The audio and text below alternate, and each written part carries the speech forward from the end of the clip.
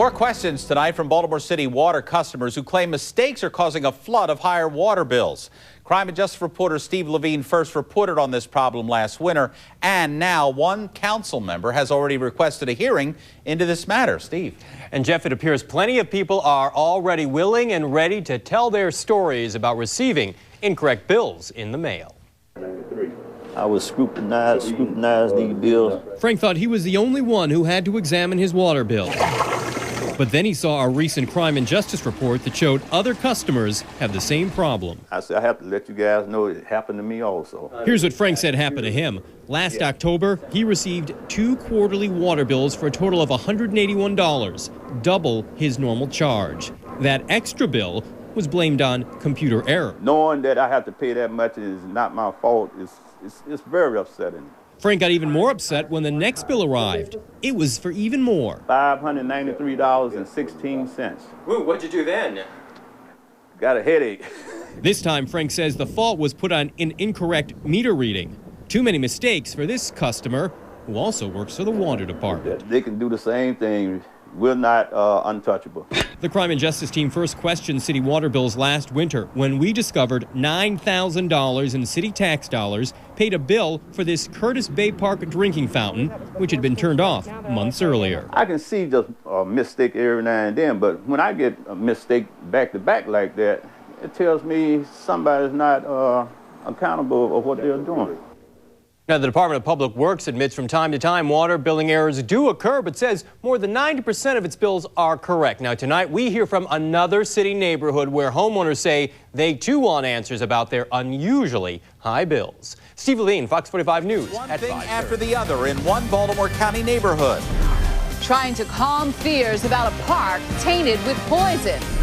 And our Crime and Justice team finds more frightening water bills. $593.16. Ooh, what'd you do then? Got a headache. A big turnaround tonight. A federal survey indicates Swan Park is safe and arsenic found in the soil will not make neighbors sick.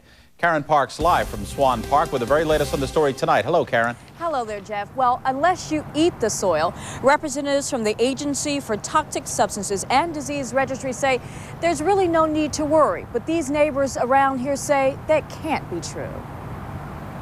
We can calculate how much arsenic someone may have been exposed to from the field. Dozens gathered to hear the news about a park that's been around for decades. At issue, levels of arsenic at Swan Park some believe are dangerous. I'm not quite sure, as far as my exposure, what it would be. And, how long it would take you to detoxify and stuff like that. But a new study done by a federal agency says there's no need to worry. The findings were released today. What we did was for our review was we tried to then extrapolate and make doses and see if people were getting that arsenic into their bodies at levels that would cause health effects. And we did not see that. But a Johns Hopkins study done more than 25 years ago found levels to be unsafe. Then the land was owned by Allied Chemical Pesticide. Honeywell International has since bought the land, did its own testing, and found levels of arsenic to be more than 100 times what is considered safe. But there's a difference between the environmental contamination levels and the levels that would make people sick. But some folks that live near Swan Park are not believers. There's been soil testing on their properties, and there has been a determination that there is arsenic, there is lead, there is chromium on their properties. Attorney Mary Cook represents 4 families who believe their health may be at risk. That's why the MDE wants to have Honeywell go out and excavate the soil and cap the soil on their properties. And so I think that answers the question that it's not a safe level for people to be. Representatives from the federal agency that conducted this study told me that this investigation is not over and could last for the rest of the summer. And this park, until it's over, will remain closed. Live here in Swan Park, Karen Parks, Fox 45 News at 10.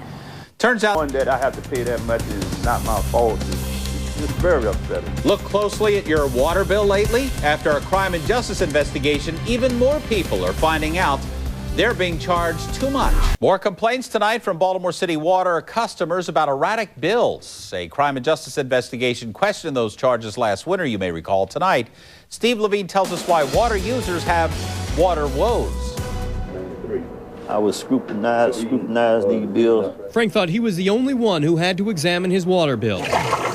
But then he saw a recent crime and justice report that showed other customers have the same problem. I said, I have to let you guys know it happened to me also. Here's what Frank said happened to him. Last October, he received 2 quarterly water bills for a total of $181, double his normal charge. That extra bill was blamed on computer error. Knowing that I have to pay that much is not my fault, it's very upsetting. Frank got even more upset when the next bill arrived. It was for even more. $593.16. Ooh, what'd you do then?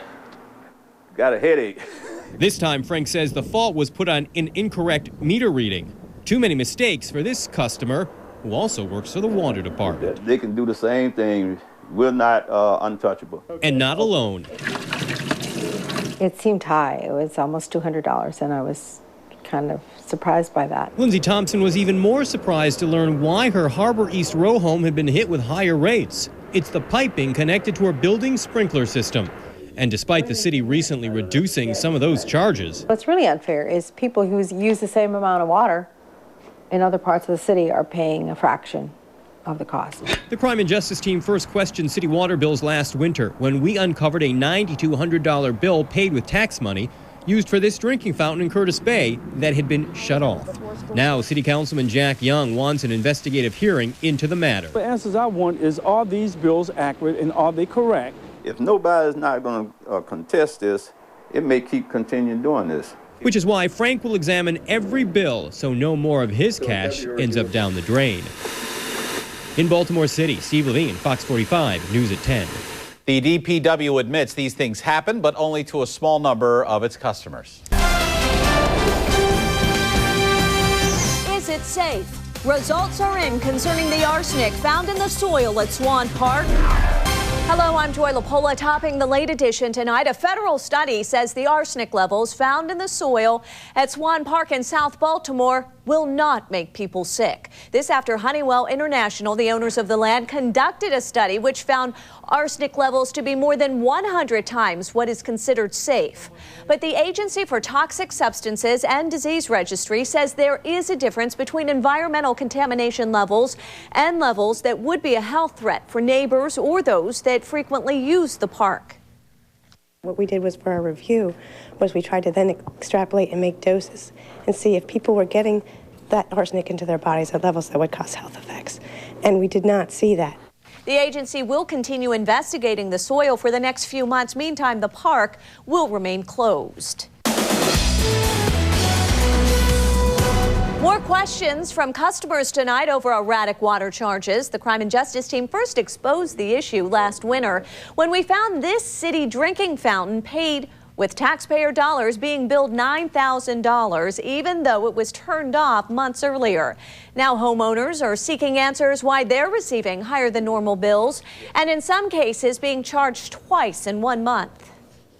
I can see just a mistake every now and then, but when I get a mistake back to back like that, it tells me somebody's not accountable of what they're doing.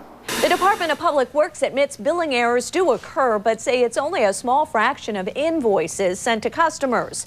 Water officials say they'll address recent customer complaints at a city council hearing next month. There was no water service at all in a Baltimore County neighborhood tonight. A construction crew in Lansdowne hit a water main, creating a muddy mess and leaving several families without water. It happened in the same neighborhood where a construction crew hit a gas line 2 months ago, causing an explosion and fire.